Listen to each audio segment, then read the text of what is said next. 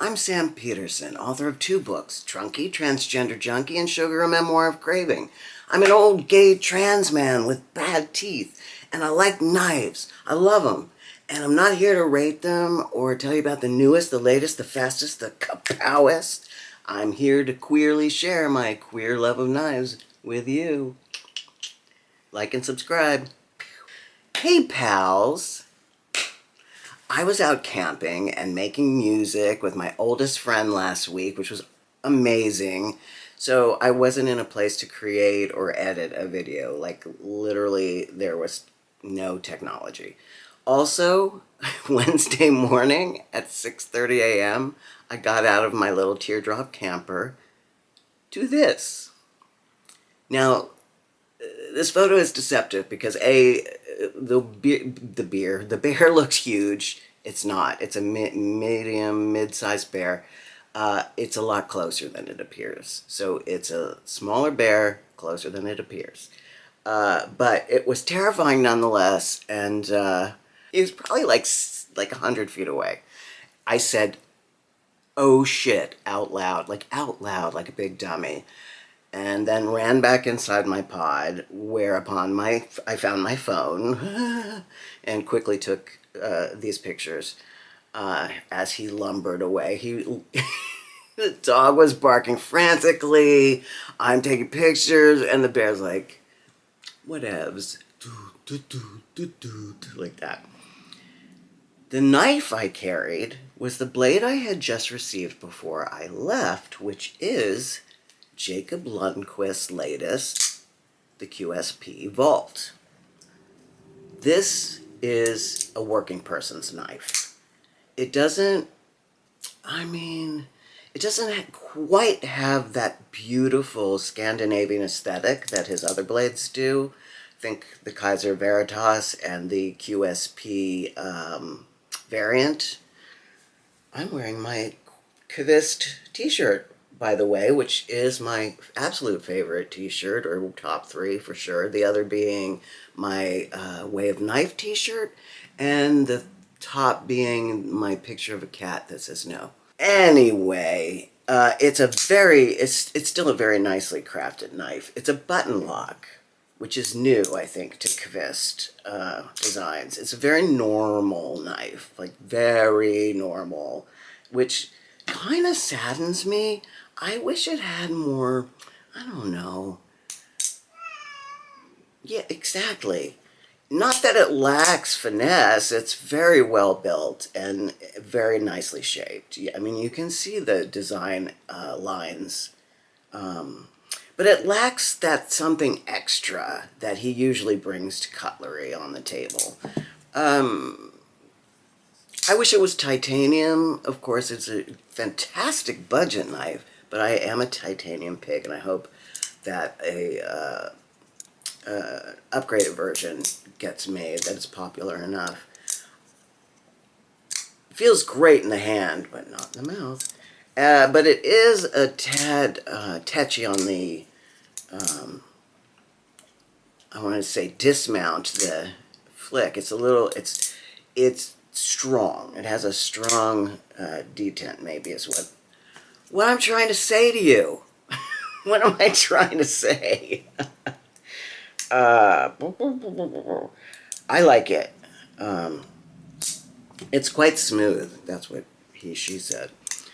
I like it, but I'm sad to report that unlike his other knives, I really wouldn't go out of my way for this. It's a very, very, very beautifully designed version of a pedestrian knife design. I expect more, and again, I hate to say this because I'm kind of crushed out on Jacob Lundquist. I mean, look at these knives.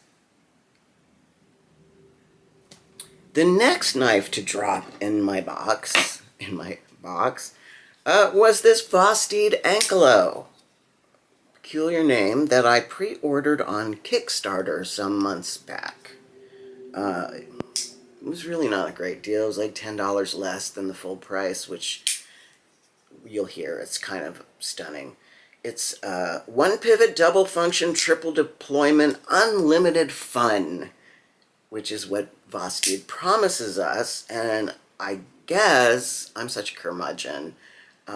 Unlimited fun is a very high bar to achieve, and in my case, it would have to involve cats, and then maybe later some dick. And this Ankylo clearly has no cats nor dick. However, it does have this triple deployment, which is totally great. I love a fidgety budget knife. Really into the fidgetness. Get my finger out of the way, what a weirdo.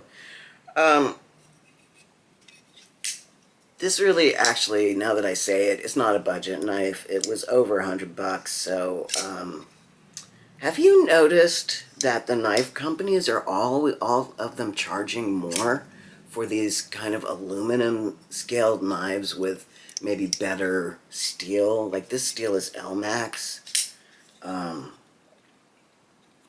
It's like they used to, that, you know how they charge for titanium and low grade steel, like a titanium knife with 14 C28N. Yeah, so the knife companies are charging more. I see you, corporate greed. Well, it's possible that metals have gone up like everything else. What do I know? I'm just a YouTube ranter with bad teeth and a big vocabulary. The Ankylo does have that pivot lock similar to the Reate PL-XT. It's very intuitive and enjoyable. I'll give it that, but it does make for a very thick presentation. I'm not going to say it. Also, it's got that powdered aluminum quality on the scales with a frag pattern that makes it kind of brutal on the pants. The action is superb. That was on me. And I love that it looks like an ear of corn. I wish I'd gotten a yellow one. It looks like a gray ear of corn, and I'm here for it. As I mentioned, the steel is L-Max, which I reckon accounts for the dang price, which is $169, $59, which I frankly have a hard time swallowing that I agreed to pay that for it. That's a lot for this knife. Seriously. L-Max and aluminum and this, you know, new technology, this pivot, which is already coming loose. It's too much.